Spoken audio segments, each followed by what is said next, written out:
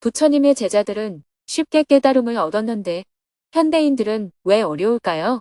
2025년 1월 21일 인도 성지 순례 11일째 시라바스티. 안녕하세요. 인도 성지 순례 11일째입니다. 오늘은 네팔 인도 국경을 넘어 다시 인도로 이동해 삐뿌라아와 천불화연탑, 동원정사를 순례했습니다. 오늘은 네팔에서 국경을 넘어 다시 인도로 가야 하기 때문에 새벽 2시에 일어나 떠날 준비를 했습니다. 3시 10분이 되어 대성석가사에서 국경을 향해 출발했습니다. 버스 안에서 곧바로 새벽 예불을 드렸습니다. 예불이 끝나고 4시에 국경에 도착해 출입국 수속을 시작했습니다. 국경 수속은 인솔 법사님들과 스텝의 안내로 순조롭게 이루어졌습니다. 네팔 국경을 통과할 때는 입국에 비해 수속 시간이 짧기도 하지만 네팔 출입국 관리소의 협조 덕분에 1시간 만에 끝이 났습니다. 인도 출입국 관리소에서도 예년보다 많은 직원을 배치해 입국 수속이 훨씬 빠르게 진행되었습니다. 스님은 보광 법사님에게 인도 네팔 대사관에 도움을 준 것에 대한 감사 인사를 전해달라고 요청했습니다. 순례단 중 국경 수속을 일찍 마친 팀은 6시 20분에 인도 측 국경에서 출발해 삐뿌라아와로 이동했습니다. 7시 30분 스님이 탄 버스가 가장 먼저 삐뿌라아와에 도착했습니다. 스님은 탑돌이 동선과 순례단이 앉을 자리를 점검했습니다.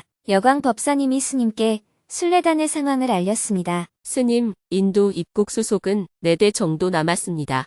스님은 상황을 듣고 일정을 조정했습니다. 그럼 약 1시간 정도 더 걸리겠군요. 후발대가 9시쯤 도착할 것으로 보이니 선발대는 기다리는 동안 먼저 공양을 하고 후발대가 도착하면 함께 참배하겠습니다. 순례단은 스님의 안내에 따라 조용히 도시락을 꺼내 공양을 시작했습니다. 스님도 함께 공양했습니다. 공양이 끝나고 뒷정리까지 마무리될 무렵 후발대가 도착했습니다. 순례단은 모두 가사를 수하고 자리에 앉아 스님께 청법 삼배를 드렸습니다. 스님이 설명을 시작했습니다. 다들 무사히 잘 넘어오셨습니다. 이렇게 빨리 넘어온 경우는 이번이 처음입니다. 어제 저녁에 네팔 출입국 센터에서 전화가 와서 4시에는 직원이 1명밖에 없다. 6시에 3명을 배정할 테니 그때 넘어가는 게 어떻겠느냐고 제안했습니다. 하지만 우리는 4시부터 대기하겠다라고 했더니 그 요청에 맞춰 4시에 인원을 증원해 주었습니다. 덕분에 네팔 쪽 출국 심사는 1시간 만에 끝났습니다. 출국 심사가 입국 심사보다 상대적으로 더 쉬운 편인데 인도 측도 1시간 일찍 인력을 증원해 신속하게 절차를 진행해 줘서 큰 도움을 받았습니다. 예전에는 국경 수속을 각 나라에서 1명이나 2명이 수백 명을 감당하다 보니 7, 8시간씩 걸리곤 했습니다. 그런데 20여 년 동안 우리가 가장 인원이 많은 순례단으로 방문하다 보니 우리도 대사관이나 외무부에 협조 요청을 하고 각국에서도 임시로 인력을 증원해 이제는 3시간 만에 국경을 넘을 수 있게 되었습니다. 그래도 인원이 많다 보니 선발대와 후발대 간의 시차가 조금 생겼습니다. 그래서 선발대는 먼저 공양을 하면서 후발대를 기다렸습니다. 그래도 선발대가 행사를 먼저 하고 가는 것보다는 낫지요. 순례단은 웃으며 네 하고 대답했습니다. 스님은 후발대에도 안내했습니다. 이제 도착한 분들은 행사를 마친 뒤에 공양을 하시면 됩니다. 이어서 삐뿌라아와에 대해 설명했습니다. 삐뿌라하와는 룸비니에서 차로 15분 거리입니다. 그러나 옛 카필라바스트 지역이 네팔과 인도로 나뉘면서 부처님이 태어난 곳은 네팔에, 삐뿌라하와는 인도에 위치하게 되었습니다. 석가족은 부처님의 사리를 가져와 이곳에 탑을 세웠습니다. 이 탑은 1800년대 후반 영국 고고학자들에 의해 처음 발굴되었고 당시 사리용기가 발견되었습니다. 부처님은 전설적인 존재가 아니라 육신을 지닌 실제 인물임을 보여준 사례였습니다. 이후 인도가 독립한 뒤 추가 발굴이 이루어졌고 또 다른 사리가 발견되었습니다. 아마 처음 탑을 세울 때 넣은 사리에 더해 후대에 덧붙여진 탑에도 사리를 넣었나 봅니다. 현재 이곳의 진신사리는 델리 박물관에 보관 중입니다. 박물관에는 사리를 담은 작은 용기와 큰 용기가 함께 전시되어 있습니다. 요즘 인도는 부처님의 사리를 해외로 순회 전시하기도 합니다. 태국이나 베트남 같은 불교 국가에서는 사람들이 몰려들어 큰 관심을 보입니다. 인도는 이를 통해 불교를 활용한 외교를 펼치고 있으며 성지 관리를 통해 국격을 높이고 있습니다. 예전에 비해 성지 환경도 많이 개선되었습니다. 스님은 옛 지역을 떠올리며 말했습니다. 30년 전 제가 처음 왔을 때는 대부분이 똥밭이었어요. 순례를 마친 사람들이 벽돌 더미에서 절하고 똥 밟고 다닌 것밖에 기억에 남지 않는다라고 말할 정도였습니다. 삐뿌라하와는 부처님의 진신사리가 발견된 중요한 곳으로 부처님이 역사적 인물임을 증명한 성지입니다. 진신사리탑은 바이샬리, 랑그람, 삐뿌라하와 세 곳에서 발견되었지만 바이샬리 진신사리는 현재 일반인에게 공개하지 않고 있고 랑그람 진신사리탑은 발굴하지 않은 상태입니다. 현재 우리가 직접 볼 수 있는 진신사리는 삐뿌라하와 진신사리뿐입니다. 진신사리는 델리 박물관에 가서 친견하겠습니다. 스님의 설명이 끝나고 예불과 명상, 탑도리를 했습니다. 삐뿌라하와 진신사리탑 참배를 마친 뒤 10시에 쉬라바스티로 출발했습니다. 버스를 타고 약 3시간을 이동해 천불화연탑에 도착했습니다. 스님과 순례단은 천불화연탑 입구에서부터 합장하고 연불하며 서서히 탑 꼭대기로 올라갔습니다. 탑도리를 마친 후 한쪽에 자리를 잡고 앉았습니다. 스님은 천불화연탑의 역사와 의미를 설명했습니다. 이곳은 쉬라바스티, 사위성의 천불화연탑입니다. 사위성을 상징하는 중요한 장소인데요. 원래는 기원정사를 먼저 참배하고 부처님께서 이곳에 오시게 된 배경과 천불화연 사건을 설명했어야 하지만 오늘은 일정상 기원정사를 나중에 방문하게 되어 순서가 바뀌었습니다. 부처님께서는 왕사성에 계실 때 수다타 장자의 초청을 받아 이곳 사위성으로 오셨습니다. 수다타 장자는 부처님과 제자들을 머물게 할 장소로 기원정사를 마련했는데 부처님과 제자들은 그곳에 머물면서 이 지역 사람들을 교화하셨습니다. 그러나 사위성은 왕사성만큼 교화가 순조롭게 이루어지지 않았습니다. 왕사성에서는 빈비사라 왕이 자발적으로 귀의했고 사리푸트라, 모갈라나, 마하가섭과 같은 주요 제자들도 스스로 찾아와 귀의했습니다. 그러나 사위성은 당시 신흥 강국으로 문화적 수준이 다소 낮았고 신통력을 과시하는 외도들이 성행해 있었습니다. 이런 환경이었기 때문에 부처님의 가르침은 쉽게 확산되지 않았습니다. 그래서 수다타 장자는 부처님 같은 분이 오셨음에도 사람들이 알아보지 못하니 안타까운 마음에 부처님께 간청했다고 합니다. 부처님, 이곳 사람들은 외도의 신통력에만 마음을 빼앗기고 있습니다. 이들이 불법에 관심을 가지도록 방편을 써주십시오. 이런 요청은 부처님의 일반적인 행적과는 조금 맞지 않는 부분이 있습니다. 어떤 사건으로 인해 이 설화가 생겨났는지 명확한 기록은 없지만 부처님께서 상황을 이해하시고 요청을 받아들이신 것으로 보입니다. 부처님께서는 몇 날 며칠에 사위성 동문 밖에 사람들이 모이게 하라고 하시고 정해진 날 땅에 망고씨를 하나 심으셨습니다. 망고씨가 바로 싹을 틔우더니 눈앞에서 자라 큰 나무가 되고 꽃이 피고 황금빛 망고가 열렸습니다. 그러더니 망고가 모두 부처님 모습으로 변해 망고나무에 1000개의 부처님이 화연하는 장관이 펼쳐졌습니다. 이 사건을 계기로 사람들이 부처님의 가르침에 관심을 갖기 시작해서 부처님의 법이 널리 전파되었다고 합니다. 스님은 쉬라바스티 사람들의 특징과 그들의 변화를 설명하며 이야기를 마무리했습니다. 당시 사위성 사람들은 물질적 욕망이 강하고 힘을 숭배하는 경향이 있었습니다. 고행주의자나 신통력을 보이는 외도들을 잘 따랐습니다. 하지만 부처님께서 천불화연을 보여주시자 이들도 불법에 귀의하기 시작했습니다. 결과적으로 부처님은 이곳에 가장 오래 머무르셨습니다. 45안거 중 25안거를 쉬라바스티에서 보내셨고 경전의 3분의 1 이상이 이곳에서 설해졌습니다. 초기에는 전법이 어려웠지만 이후에는 불교의 중심지가 된 곳입니다. 스님은 늦게 도착한 대중을 위해 다시 한번 설명하고 걸어서 동원정사로 이동했습니다. 오후 3시가 넘어 동원정사에 도착하자 먼저 이동했던 순례객들이 자리에 앉아 기다리고 있었습니다. 스님은 동원정사의 역사적 배경을 설명했습니다. 우리가 도착한 이곳은 동원정사라고 합니다. 원래는 아쇼카 석주가 있었지만 오랜 세월이 지나면서 석주가 부러지고 폐허가 되었습니다.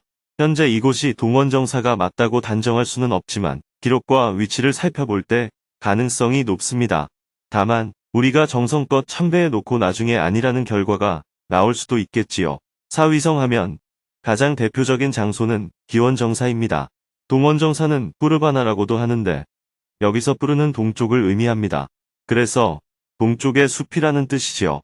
옛날 수행자들이 숲에서 머물렀던 전통에 따라 이런 이름이 붙었습니다. 이곳에는 유명한 제가 수행자 두 분이 있습니다. 한 분은 기원정사를 창건한 수다타 장자이고 다른 한 분은 여성 수행자로 가장 잘 알려진 베사카 부인입니다. 스님은 베사카 부인의 삶과 불교에 귀의하게 된 과정을 설명했습니다. 베사카 부인은 어릴 때부터 불교에 귀의한 분입니다. 할아버지는 마가다국에서 큰 부자로 부처님을 집으로 초대해 자주 공양을 올렸습니다. 어린 소녀였던 베사카 부인은 이때부터 부처님을 모시는 일을 도왔고 자연스럽게 부처님에 대한 존경심을 키웠습니다. 이후 베사카 부인은 사위성으로 시집을 갔습니다. 시댁도 부자였지만 할아버지는 베사카 부인을 시집 보낼 때 시댁 재산보다 더 많은 지참금을 보냈습니다. 또 변호사 역할을 하는 7명의 현인을 함께 보냈는데 시댁에서 부당한 대우를 받을 경우 즉시 변호하도록 하기 위해서였습니다. 그런데 시댁은 불교를 믿지 않았습니다. 부처님께서 쉬라바스티에 계셨음에도 공양 한 번 올리지 못한 베사카 부인은 늘 안타까움을 느꼈습니다. 그러던 어느 날 부처님의 제자가 탁발을 하러 왔습니다. 당시 시아버지는 유미죽을 끓여 황금 그릇에 담아 먹고 있었는데 당시 관습에 따라 탁발하러 온 수행자에게 음식을 나누어 주어야 했습니다. 하지만 시아버지는 자신의 교파가 아니란 이유로 돌아앉아 음식을 혼자 다 먹어버렸습니다. 이 모습을 본 베사카 부인은 창피함과 미안함에 탁발하러 온 스님께 변명했습니다. 우리 아버지가 드시는 음식은 어제 먹다 남은 식은 밥이라 스님께 드리지 못했습니다. 이 말을 들은 시아버지가 기분이 상했어요. 황금 그릇에 유미죽을 먹고 있었는데 내가 식은 밥을 먹고 있다고 하다니 나를 모독하는구나. 시아버지는 며느리가 자신을 모욕했다고 여겨 며느리의 자격을 박탈해 버렸습니다. 하지만 당시 인도의 관습에 따라 여자가 부당한 대우로 파혼당할 경우 지참금을 다시 가져갈 권리가 있었습니다. 이 문제로 시아버지와 소송이 붙었고 베사카 부인은 7명의 현인과 함께 소송에서 승소했습니다. 결과적으로 파혼은 없었던 일이 되었고 베사카 부인은 선언했습니다. 저는 원래부터 부처님을 공경하는 불교 신자입니다. 앞으로 이 집에서 부처님을 믿고 부처님께 공양을 올리겠습니다. 결국 이 선언은 받아들여졌습니다. 그렇게 해서 베사카 부인은 부처님께 공양을 올리고 법문을 청해 들을 수 있었습니다. 하루는 시아버지가 부처님께서 무슨 말씀을 하시는지 궁금해 병풍 뒤에서 몰래 법문을 들었습니다. 그러다 깨달음을 얻었다고 합니다. 이후 시아버지는 베사카 부인을 나의 법의 어머니라 부르며 그녀를 존경했습니다. 그래서 베사카 부인을 녹자모라는 이름으로 부르게 되었습니다. 녹자는 시아버지의 이름인 미라가를 한자로 표기한 것입니다. 이 이름을 딴 강당도 세워졌습니다. 스님은 베사카 부인의 깨달음과 관련된 또 다른 일화를 소개했습니다. 하루는 베사카 부인이 사랑하는 손녀가 죽자 부처님을 찾아와 울며 이야기했습니다. 그러자 부처님께서 물으셨습니다. 부인, 내가 아끼고 사랑하는 사람이 1명이면 좋소, 2명이면 좋소, 2명이면 좋지요. 2명이면 좋소, 3명이면 좋소, 3명이면 좋지요. 그럼 내가 아끼고 사랑하는 사람이 사위성의 모든 사람만큼 많다면 어떻겠소? 그 사람은 이 세상에서 가장 행복한 사람일 것입니다. 그렇다면 사위성에서는 하루에 몇 명이 죽습니까? 하루에 1명 정도는 죽을 겁니다. 그렇다면 부인, 이 세상에서 가장 행복한 사람은 매일 슬퍼해야겠군요. 이 말씀을 듣고 베사카 부인은 깨달음을 얻었습니다. 여러분은 지금 깨달은 얼굴이 아니네요. 다들 멍한 얼굴이네요. 매일 슬퍼해야 하는 사람이 정말 행복할 수 있을까요? 우리가 사는 세상은 이런 모순으로 가득 차 있습니다. 하지만 우리는 그 모순을 알아차리지 못하고 살아갑니다. 베사카 부인은 바로 이 모순을 깨달으신 겁니다. 이분은 경제적 지원뿐 아니라 수행자들의 생활을 세심히 살피고 지원했던 지혜로운 분입니다. 수다타 장자, 지바카, 그리고 베사카 부인은 승단에서의 역할과 기여를 생각할 때 부처님의 10대 제자라 불러도 손색이 없을 만큼 중요한 분들이십니다. 스님은 순례단과 함께 경전을 독송한 뒤 동원정사 앞에 모여있는 아이들에게 과자를 나누어 주었습니다. 오후 3시 50분, 순례단은 동원정사 참배를 마치고 숙소인 천축선원으로 걸어갔습니다. 천축선원으로 향하는 길에 펼쳐진 풍경이 무척 아름다웠습니다. 5시 30분이 되어 천축선원에 도착하니 입구에 주지 스님인 대인 스님이 나와 계셨습니다. 스님, 잘 지내셨습니까? 건강하시지요? 네, 잘 있었습니다. 먼 길 오느라 시장하시지요? 공양이 다 준비되어 있으니 먼저 공양부터 하십시오. 그래도 인사 먼저 드려야지요. 스님과 대인 스님은 마치 오랜 친구를 만난 듯 반갑게 안부를 나누었습니다. 인사를 나눈 후 저녁 공양을 했습니다. 천축선원에서는 400여 명의 순례단을 위해 따뜻한 밥과 국을 준비해 주었습니다. 오랜만에 따뜻한 국물을 먹으니 피로가 싹 녹는 것 같았습니다. 공양을 한 후 천축선원 마당에서 저녁 예불을 했습니다. 이어서 그 자리에서 저녁 법회를 시작했습니다. 법회를 시작하기에 앞서 먼저 대인 스님의 인사말을 들었습니다. 대인 스님의 인사말을 듣고 잠시 명상을 한 후 즉문즉설 법회를 시작했습니다. 누구든지 성지순례 중에 궁금한 점이 있으면 손을 들고 질문을 했습니다. 4명이 스님과 대화를 나눌 수 있었습니다. 그중 한 명은 경전의 내용을 보면 부처님의 제자들은 쉽게 깨달음을 얻은 것 같은데 현대인들은 왜 깨달음을 얻기가 이렇게 어려운지 의문이 든다고 이야기했습니다. 부처님의 제자들은 쉽게 깨달음을 얻었는데 현대인들은 왜 어려울까요? 인도 성지순례를 다니면서 부처님의 자비심을 느낄 수 있어서 좋았습니다. 당시 계급주의 사회에서도 부처님께서는 평등을 주장하시고 중생을 깨우쳐서 괴로움에서 벗어나도록 한평생을 헌신적으로 살아가셨다는 내용이 가슴에 많이 와닿았습니다.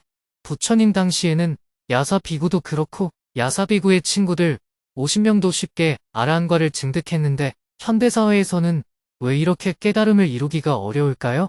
깨달음을 쉽게 이룰 수는 없을까요? 요즘 시대가 깨달음을 얻기에 더 쉬워야 하지 않을까요? 부처님 당시에는 어리석은 사람들이 더 많았지만 그때도 부처님은 사람들을 깨우쳤는데 요즘은 깨우치기가 더 쉽다고 생각해야죠. 왜 요즘 시대에 깨우치기가 더 어렵다는 생각을 해요? 법문을 듣고 깨우쳤다고 말할 때 깨우쳤다는 말은 같은데 그 기준과 내용은 천양지차입니다. 어떤 사람은 알았습니다 하고 겨우 이해하면 그것을 깨달은 것이라고 말하는가 하면 남편이 바람을 피워서 미워하고 원망할 뿐만 아니라 본인이 괴로워서 못 살다가 어느 순간에 남편의 고뇌를 이해하고 자신을 자각함으로써 남편에 대한 미움이 완전히 사라져 버린 것을 두고 깨달은 것이라고 말하기도 합니다. 똑같이 깨달음이라고 말하지만 잠시 괴로움이 없어진 정도가 아니라 인생의 전반적인 고뇌가 사라져 버린 사례도 많이 있습니다. 그래서 정토회에도 그 깨달음의 정도에 따라 세속적인 생활을 그만두고 출가하거나 공동체에 들어와서 사는 사람들이 있습니다. 요즘 시대에도 이렇게 번뇌가 없어진 사람들이 많이 있습니다. 사람을 자세히 안 보니까 못 보는 거예요. 사람을 보더라도 그 사람이 번뇌가 없는 사람인지를 자세히 보기보다는 주로 지위, 부, 인물 이런 것을 보잖아요. 또한 여러분들은 번뇌가 완전히 없어진 사람만을 찾습니다. 너무 완벽을 추구하니까 번뇌가 없어진 사람을 못 보는 거예요. 예를 들어 18K 금으로 만든 반지는 금반지일까요? 아닐까요? 그게 어떻게 금반지예요? 하면서 100% 순금을 찾는다면 90%의 금도 순금이 아닌 가짜가 되는 겁니다. 그런데 18K라 해도 금이에요. 그런 것처럼 부모를 원망하고 남편을 미워하고 자식에 실망하고 이렇게 살다가 그런 것으로부터 자유로워진 사람들은 모두 깨달은 사람이라고 할 수 있습니다. 물론 순간순간 경계에 부딪힐 때는 화가 나거나 짜증이 나거나 괴롭거나 미움이 일어나지만 곧바로 자각하면 금방 사라집니다. 굳이 시간으로 따지면 자각을 할 수 있는 사람은 번뇌를 하루 넘기는 법이 없어요. 잠시 사로잡혔다가 놓아버리면서 편안하게 생활합니다. 제 경험으로 봤을 때는 아는 게 적을수록 번뇌가 적어지는 효과가 더 큰 것 같습니다.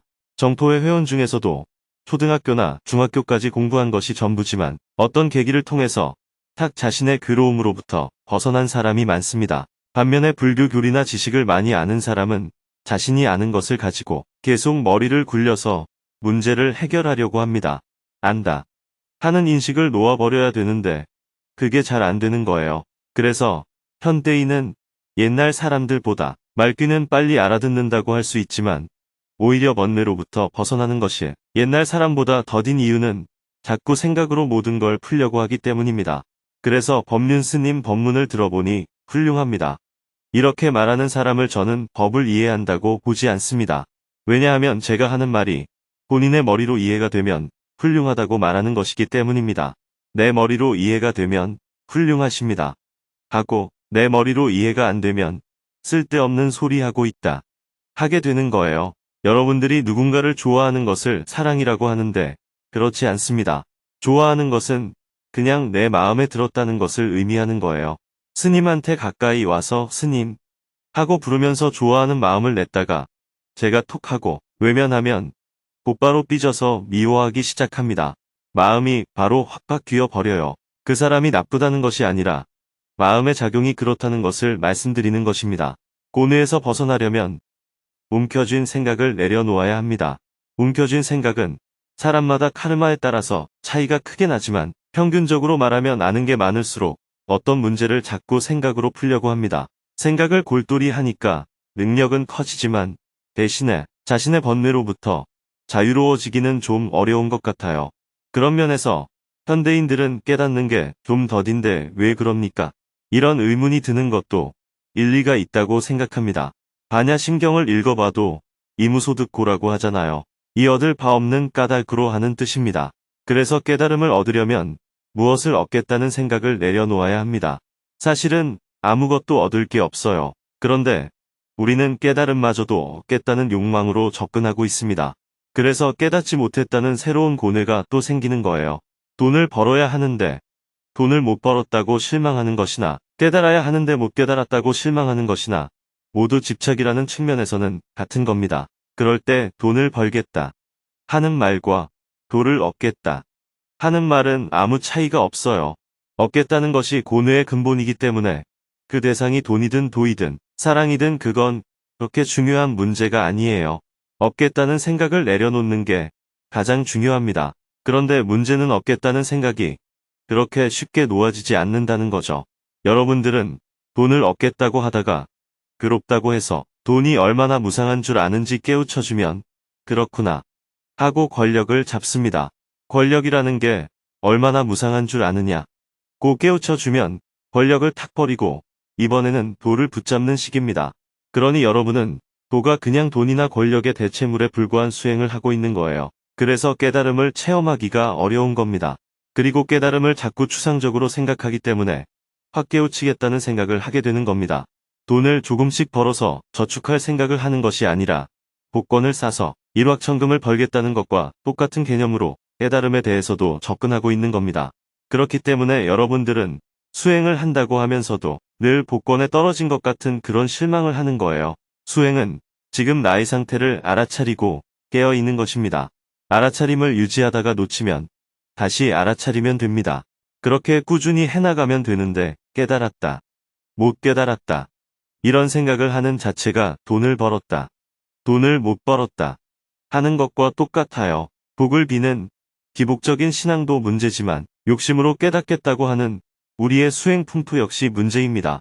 마치 벼락부자가 되겠다는 것처럼 단박에 깨우쳐서 도인이 되겠다는 잘못된 수행 풍조 때문에 지금 한국 불교가 매우 큰 어려움에 직면해 있다고 볼 수 있습니다. 지금 여기에서 내가 할 수 있는 한 발을 안 딛고 늘 허공을 헤매고 있는 겁니다. 감사합니다. 잘 알았습니다.